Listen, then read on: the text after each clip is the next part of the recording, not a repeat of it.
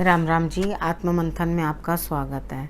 अब मैं आपको बाकी चीज़ें बताने वाली हूँ। पहला नवरात्रा है, आज नए साल की सबसे पहले आप सबको बहुत बहुत शुभकामनाएं।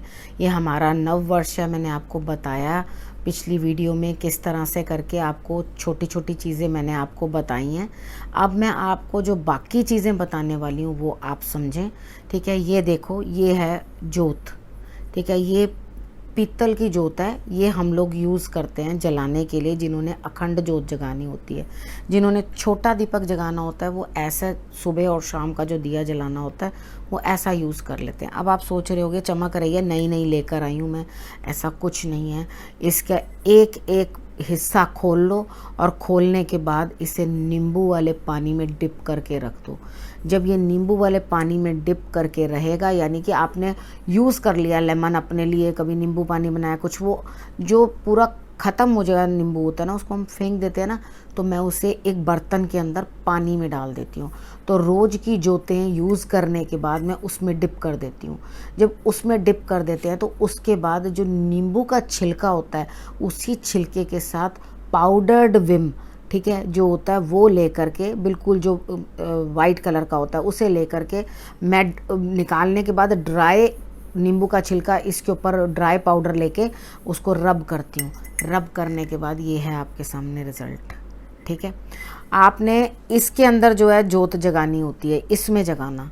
इस साल आप वाइट बत्ती ना बना के, यानी कि रुई की बत्ती ना बना के, आप लाल मौली की बत्ती बनाना, ठीक है। उसे डबल कर लेना, रोल कर लेना और अंदर इसके अंदर डालकर यहाँ थोड़ा सा निकाल लेना।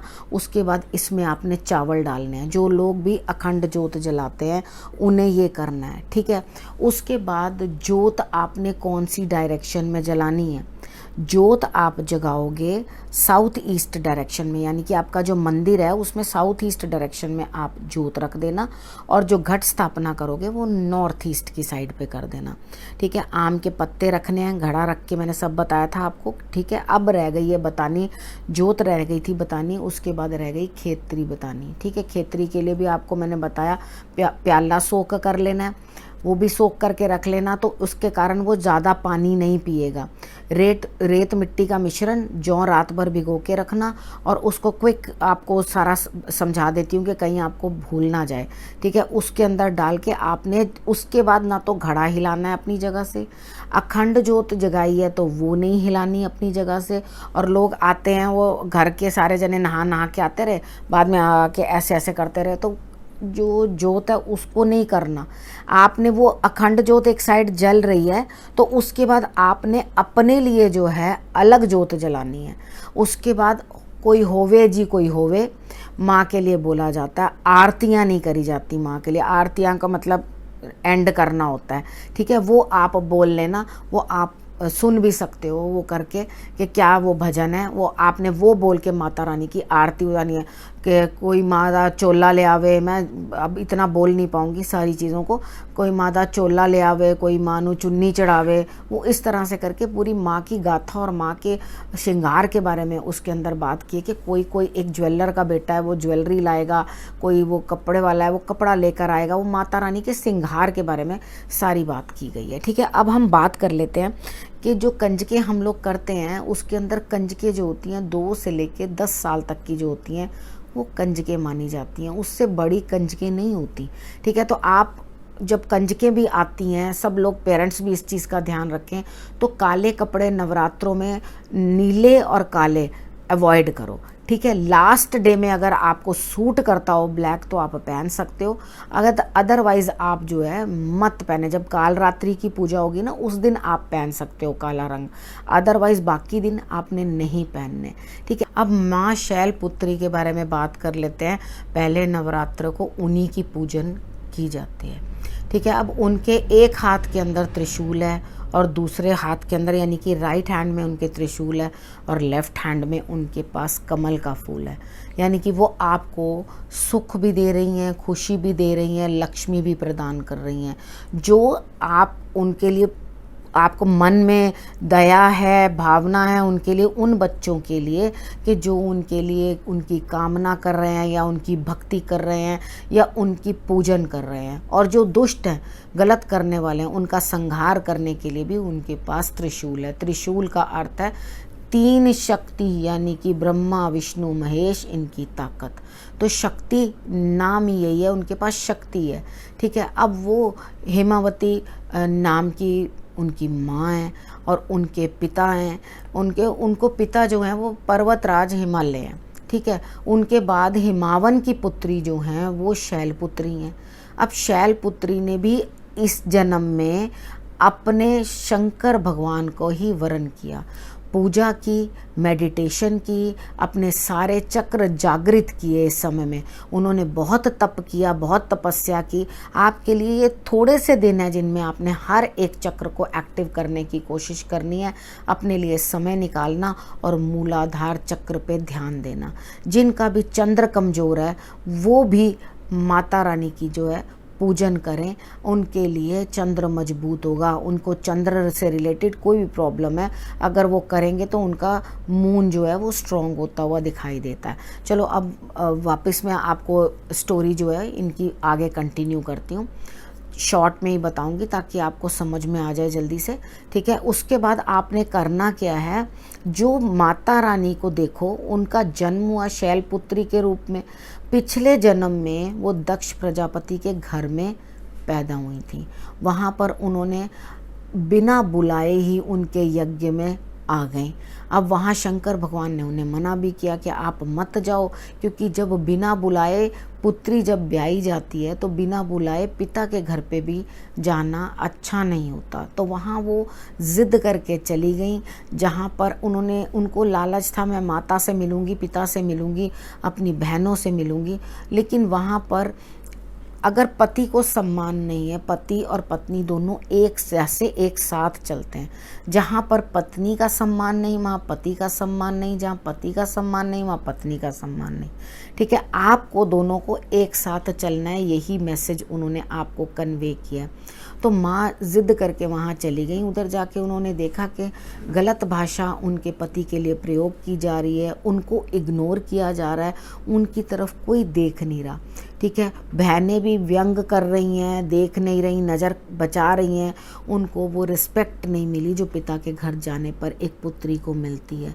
तो उसके कारण वो इतनी दुखी हो गई और इतने क्रोध में भर गई कि पिता ने इतने बड़े यज्ञ का आयोजन किया था, उन्होंने अपने आप को उसमें पिता के हवन कुंड के अंदर खुद का होम कर लिया, यानी कि खुद को ही उन्होंने जला लिया, जिसको कहते हैं आत्मदाह करना। तो शंकर भगवान इतने परेशान हो गए थे उनके जाने के बाद कि वो उनको ले लेकर भटकते फिरते थे। उसके बाद जब विष्णु जी ने अपने त्रिशूल के साथ उनके शरीर को खंडन किया ताकि वो उस शोक से निकल पाएँ, तो हर जगह शक्तिपीठ की स्थापना हो गई। ठीक है। तो ये जो माँ के अंग गिरे थे, जहाँ जहाँ माता के अंग गिरे थे वहाँ वहाँ शक्तिपीठ जो है वो स्थापित हो गए। ये उन अगले जन्म में भी जब उन्होंने अगला जन्म लिया ना, तो वो शैलपुत्री कहलाई और वहाँ पर आकर उन्होंने तब भी शंकर भगवान को ही याद किया, उन्हीं के लिए तपस्या की, उन्हीं को पाने के लिए तप किया। ये सारे लाइफ के, लेडी के, हर स्त्री के लाइफ के जो हैं फेसेस हैं। हर दिन जो नवरात्र है उसका अलग अलग रूप है। वो माँ भी है, वो लड़ती भी है अपने बच्चे के लिए, अपनी रक्षा के लिए भी लड़ती है, और हिम्मत करके पूरा जीवन चाहे वो अकेली रह जाए तो भी अपने बच्चे के लिए जो है कार्य करती रहती है। तो आप ये चीज़ देखो कि स्त्री रूप जो है उसे तभी शक्ति कहा जाता है। इसीलिए हमारा धर्म जो है स्टार्टिंग बिल्कुल दिन जब नए साल का आरंभ है तो हम शक्ति की आराधना से करते हैं।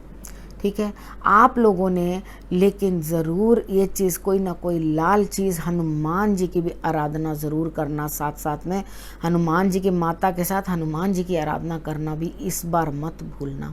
ठीक है। उनके झंडे पे भी, पताका पे भी हनुमान जी विराजमान है। जब वो गुफा के अंदर, जो वैष्णो देवी की गुफा है, जब उसके अंदर वहाँ रही थी, तब भी बाहर हनुमान जी जो है उनकी रक्षा करते रहे थे, उनके लिए चौकीदार बन के खड़े रहे थे। तो इसलिए हर ध्वज के ऊपर भी हनुमान जी को जगह ज़रूर मिलती है। ठीक है, जहाँ हनुमान जी का ध्वज होता है वहाँ सब रक्षण होता है, सब रक्षण होता है। इस समय में क्योंकि स्थिति कुछ इस तरह की है कि लोगों को वापस इन्फेक्शन से जूझना पड़ रहा है या दिक्कतें आ रही हैं सामने, मगर जीवन चल रहा है। कब तक आप लोग घुट घुट के बैठे रहोगे? अपने मन को एक ही चीज़ बोलो, कुछ नहीं है, कहीं कुछ नहीं है, मुझे कुछ नहीं होगा। अपने लिए अच्छी अच्छी बातें बोलो, गलत बातें बिल्कुल भी मत बोलो। मुझे कुछ नहीं होगा, मैं बिल्कुल हेल्दी हूँ, बिल्कुल ठीक हूँ। अगर कुछ इन्फेक्शन हो भी गया तो बिल्कुल वैसा ही है जैसे ज़ुकाम हुआ था, मैं बिल्कुल ठीक हो जाऊँगा या मैं बिल्कुल ठीक हो जाऊँगी। इस तरह से करके अपने आप को खुद पॉजिटिविटी देते रहो, अपने आप को समझाते रहो, बोलते रहो, हल्दी का पानी पीते रहना, और उसके बाद आप बाकी चीज़ें भी करते रहना जो अच्छी हैं इस चीज़ के लिए। स्टीम ले लेना भी आप लोगों के लिए बहुत ज़रूरी है। ठीक है, इतने काम आप करते रहोगे तो आप बिल्कुल हेल्दी डाइट लो, ठीक ठाक रहो, मन को पॉजिटिव रखो, आप डेफिनेटली ठीक रहोगे, आपको कोई दिक्कत नहीं आएगी।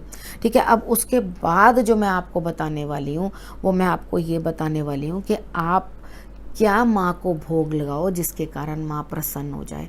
आप माँ को गोला और माँ को आप मिश्री ये अर्पित कर सकते हो। देसी घी की जोत जो है वो आप माँ को जलाना, या थोड़ा सा कटोरी के अंदर आप देसी घी डाल के वाइट कलर की कोई भी मिठाई जो आपकी श्रद्धा करे, जो आपकी इच्छा करे, जो आपके समर्थ हो। याद रखना, प्रपंचों से कभी माँ नहीं मानती, ठीक है, भाव से मानती है।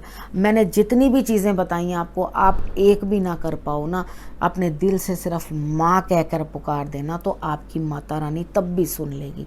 ठीक है, आप भाव से पूजा करो, आप उनको श्रद्धा से माँ मानो और अपनी दुख, अपनी परेशानी उन्हें कह दो। ये हैं दो बुक्स जो हैं, दुर्गा स्तुति और ये है दुर्गा सप्तशती। ठीक है, इन्हें आप पढ़ो, इनको एक एक अध्याय कर सको तो एक एक अध्याय करो। आप इसके लिए टाइम बांध लेना, ठीक है, कि मैंने दुर्गा स्तुति इतने बजे करनी है। आप दोनों में से जो चाहो कर सकते हो। ठीक है, उसका शुरुआत जो है ना वो माटी का तन हुआ पवित्र गंगा के स्नान से, वहाँ से करके स्टार्ट करना और उसके बाद आगे पढ़ना। धीरे धीरे पढ़ोगे, आनंद आएगा। इसके अंदर माता रानी ने कैसे दुष्ट लोगों को मारा है, उनका विनाश किया है माँ के लिए, ये उनकी सारी गाथा है इस चीज़ के अंदर कि उन्होंने क्या क्या किया।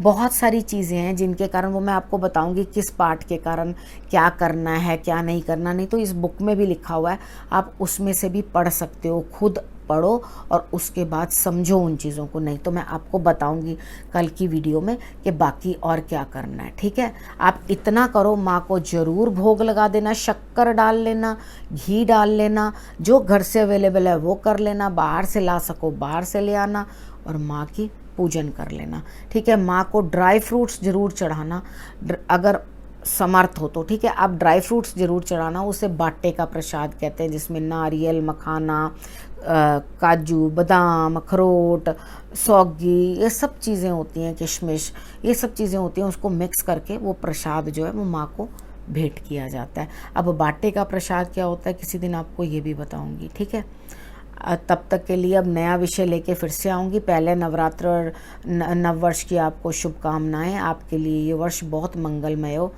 अब फिर से आपसे मिलती हूँ, तब तक के लिए नमस्कार।